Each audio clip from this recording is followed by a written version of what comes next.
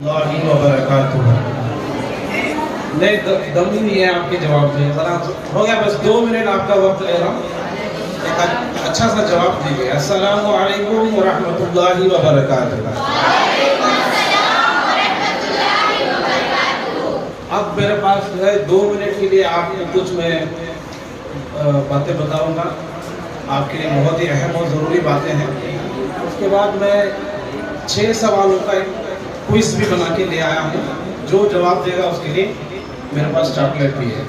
ठीक, क्विज जीतो और काफ़ी लो, इसके नाम से। तो मुख्तसर बात यह है कि बहुत बहुत शुक्रिया आप हजरात का कि आपने थकन के बावजूद अच्छी तरह बैठ के जो है बातें सुन रहे हैं। हालांकि ये आपका बड़ा कीमती वक्त है, आपको जो है बहुत ही कम वक्त है अपने एग्ज़ाम में, फाइनल एग्ज़ाम में। हमारी दुआ है कि आपके जो आने वाले इम्तिहान हैं अल्लाह आपको आसान फरमाए और अच्छी से अच्छी कामयाबी आपको नसीब फरमाए। तो अभी मुख्तसर सवाल ये है कि शुरू में हमारे BDO ऑफिसर साहब ने भी बताया और भी बहुत सारे हजरात ने बताया कि टर्निंग पॉइंट के बारे में उन्होंने कुछ रोशनी डाली। क्या आपने गौर किया? भाई लड़कों से मेरी गुजारिश है, आप तवज्जो से सुने। टर्निंग पॉइंट जी, जिंदगी में टर्निंग पॉइंट के बारे में उन्होंने कुछ बातें बताई कि एक सवाल है आपके सामने कि getting pass SSLC exam, is it a turning point और after SSLC exam choosing the field of higher education will be the turning point of life? कौन सा है जी? SSLC में पास होना टर्निंग पॉइंट है जिंदगी का, या SSLC के बाद जो फील्ड आप सेलेक्ट करते हैं हायर एजुकेशन के लिए वो आपका टर्निंग पॉइंट है? आवाज नहीं आ रही जी? SSLC के बाद जो फील्ड आप सेलेक्ट करना चाह रहे हैं, कर रहे हैं, वो आपकी जिंदगी का टर्निंग पॉइंट है, ये सही जवाब है। इसमें अक्सर तलबा जो है स्टूडेंट्स ये गलती ये करते हैं कि दोस्त जो कोर्स लेता है वही कोर्स सब सारे दोस्त लेते हैं, यानी एक बकरा जब गिरता है तो सारे बकरे एक ही गड्ढे में गिर जाते हैं। पॉपकॉर्न जी, जैसे शुरू में मुज़म्मिल साहब ने बताया कि पॉपकॉर्न इफेक्ट हो जाता है जी, उन्हें वो कर रहा है तो मैं भी यही करूँगा। ऐसा नहीं है, आपकी हर एक की अलग अलग सलाहियत है, आप अपनी सलाहियत को पहचाने या ऐसे शख्स के पास जरूर जाएं जो आपकी सलाहियत को पहचानता हो, आपके अंदर का पोटेंशियल पहचानता हो।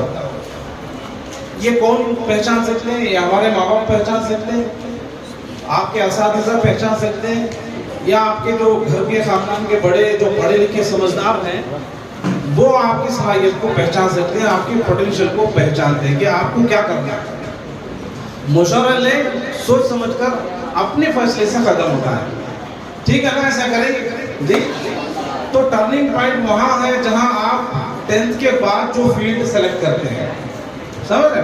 तो उसमें मुख्तसर बात ये है, 10th के बाद ना वो घराना जिसका फाइनेंशियल स्टेटस वीक है, लड़का हो या लड़की, वो उसकी ख्वाहिश है कि मैं फौरन 10th के बाद मैं अपने फैमिली को मुझे सपोर्ट करना है, अपने पैरों पे मुझे खड़ा होना है। अपने पैरों पे खड़े होने से मुराद फौरन जॉब मुझे लेना है, जॉब के ज़रिए मैं अपनी फैमिली को सपोर्ट करूँगा, छोटे भाई बहन हैं उनको सपोर्ट करूँगा, वालिदैन को सपोर्ट करूँगा।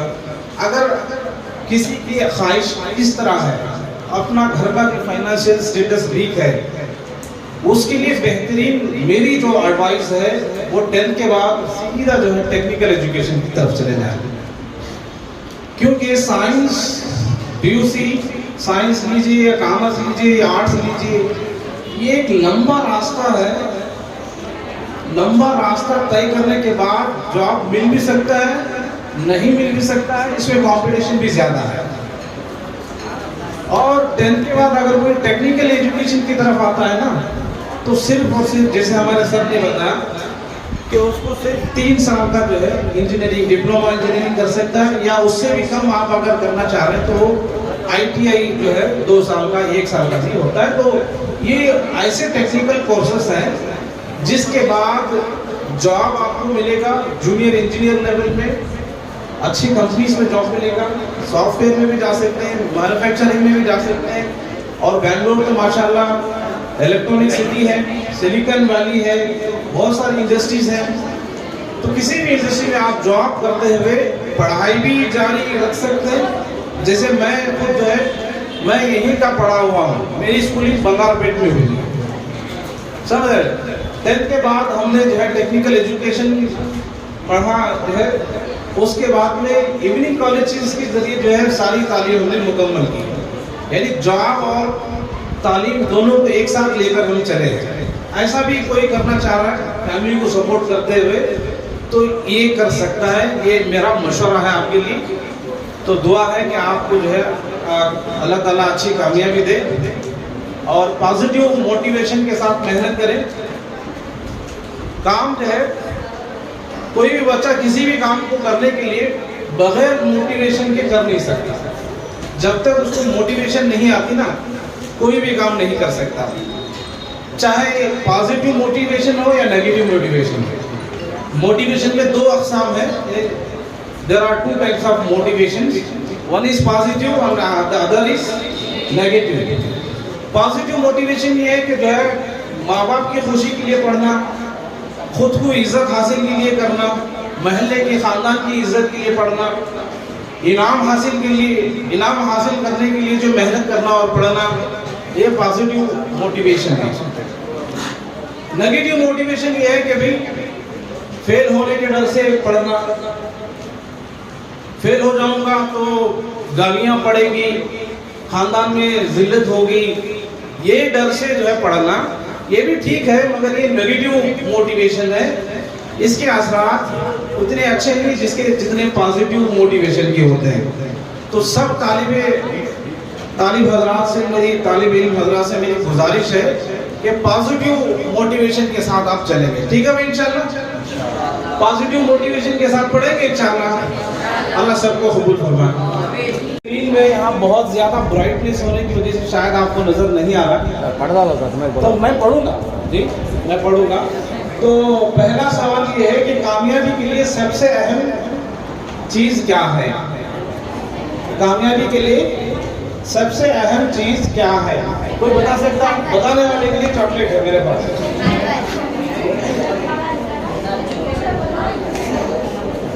जी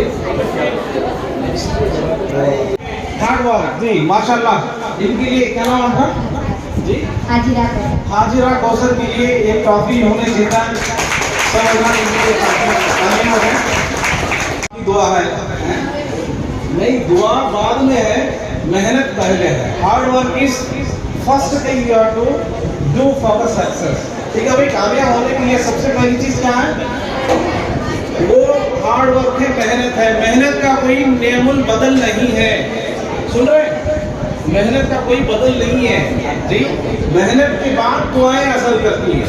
मेहनत के लिए दुआ है, साहबे के पास जाके गुलाब पकड़ कर दुआ लो। मेहनत नहीं कर रहे तो क्या वो दुआ साथ नहीं देगी आपको। तो सब हजरात मेहनत करेंगे इंशाल्लाह। तो नेक्स्ट सवाल ये है,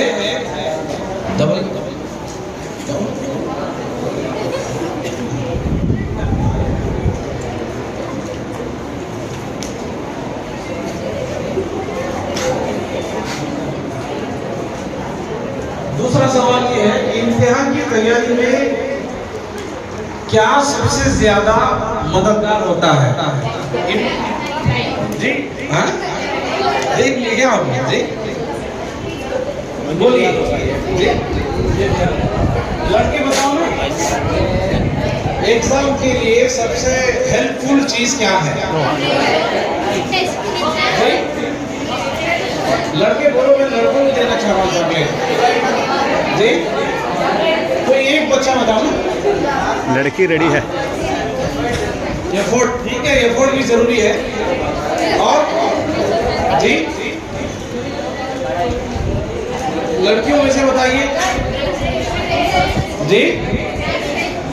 हाँ, प्रिपरेशन भी है, वेरी गुड। वक्त जो है, टाइम मैनेजमेंट, वो दवाइयाँ सही आंसर के लिए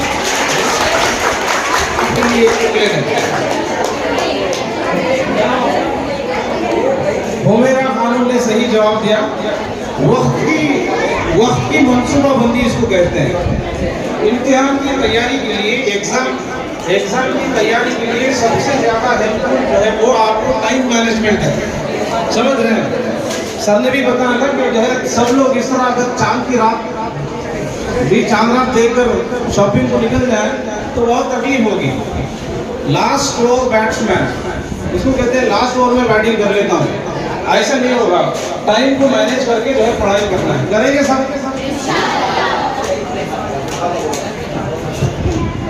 बच्चों में बहुत बेजारगी और इंतजार देखा जा रहा है। मेहरबानी से ये 5 मिनट के बाद से सबर कर लो इंशाल्लाह। इसके बाद बेहतरीन बिरयानी है, खाने का इंतजाम है, खा लो तो यहाँ से खुशी खुशी रुखसत हुई है, ठीक है? जितना टाइम तुम्हें सबर करे जब करे बच्चे तमाम अकल वाले ही समझदार ही ये 5 मिनट खत्म हो जाता है। तो भाई हाँ जल्दी हो गया भाई। कितने सवाल हो गए? 2 सवाल हो गए। तीसरा सवाल ये है, 6 सवाल है तो 6 सवालों में जो है तीसरा सवाल ये है, अगर हमें कोई इंसान इम्तिहान में नाकाम हो जाए तो क्या करना चाहिए? खुदा न खासा अगर किसी का एक बैकलॉग हो जाता है, एक सब्जेक्ट फेल हो जाता है तो क्या करना है?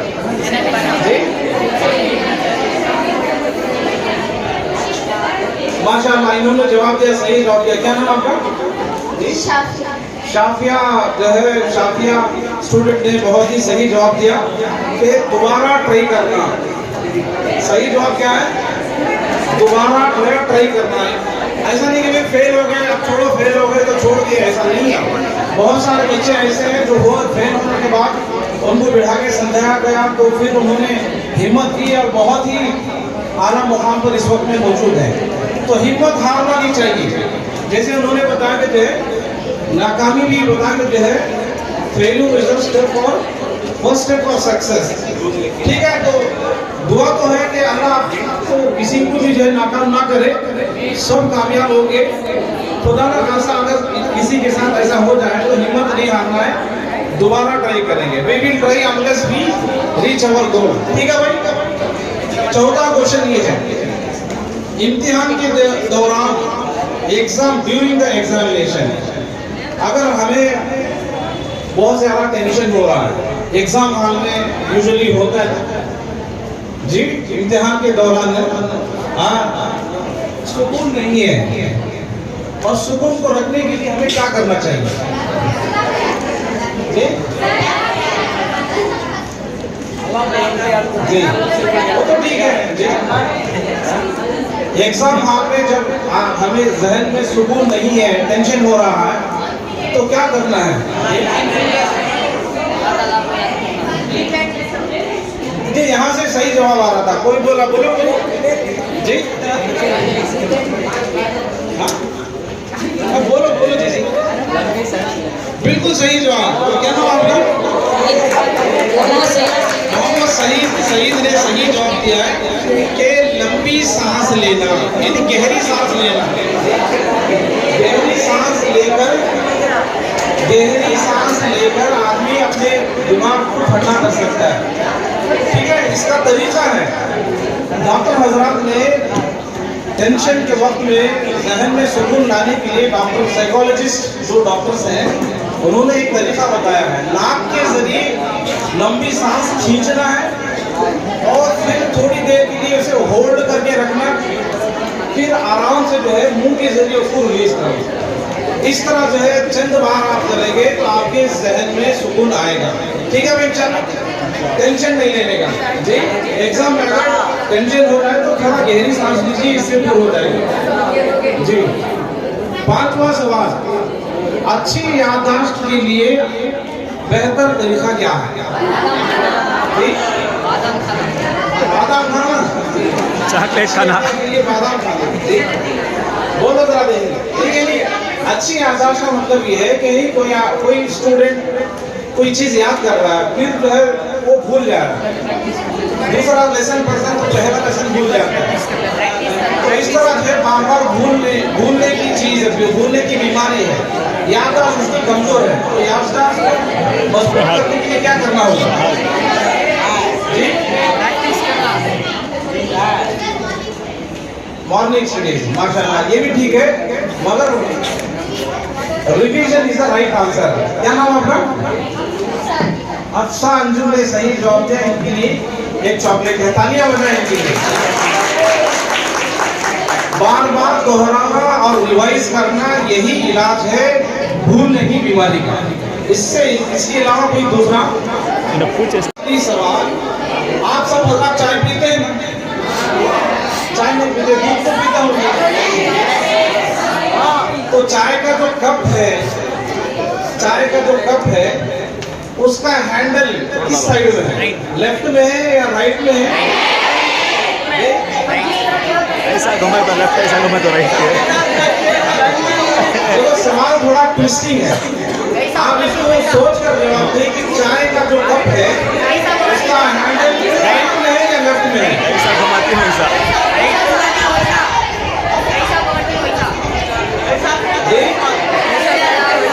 नहीं, सही जवाब नहीं आ रहा है।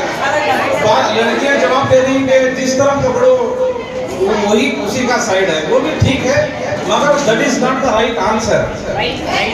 Can you please tell me what is the shape of cup? Centre. तो सर्कल का साइड क्या है? सर्कल का कोई साइड है? तो इसका सही जवाब किसी ने नहीं दिया है। ये चॉकलेट मैं खुद खाऊंगा। तो इसका जवाब ये है आउटसाइड। समझ रहे? तो चाय के कप का जो हैंडल है वो आउटसाइड में है। ठीक है, इसके साथ मैं अपनी बात को खत्म करता हूँ। All the best for your future exam.